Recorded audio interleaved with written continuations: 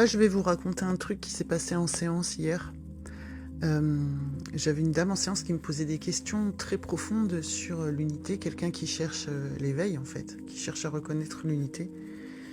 Et en fait, je lui donnais mon explication sur un certain angle et elle disait oui, mais je comprends pas. Donc elle me reposait la question, elle me dit non, je pense que tu comprends pas. Donc elle me reposait la question. Donc je reformulais. Et en fait, à force d'essayer de creuser comme pour lui donner la réponse, à un moment, ni elle ni moi, on comprenait plus rien, ni de ce que je disais, ni de ce qu'elle disait. Et ça, c'est des moments absolument géniaux. Ça veut dire qu'en fait, c'est le moment où il est temps pour vous, quand vous n'arrivez pas à définir, à trouver l'unité dans les mots, c'est justement parce qu'on ne peut pas le mettre dans les mots. Et c'est justement parce que le mental, il ne peut pas contenir ça. C'est pas possible. Vous entendez la cloche là en même temps ? C'est impossible de contenir ça dans des mots. Donc à un moment, le mental, il s'effondre et il est démuni et il reste les bras ballants devant l'inexplicable, l'indicible, l'intangible, l'inatteignable. Parce que ça peut pas être vu par la pensée.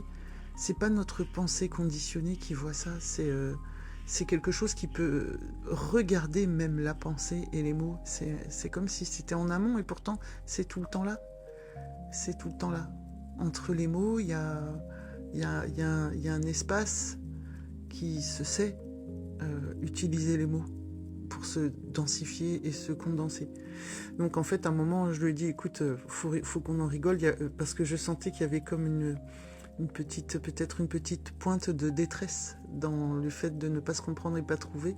Sauf que au bout d'un moment, on en rigole. Je vais vous le dire, j'ai des copains qui ont vécu l'éveil aussi et qui je discute beaucoup.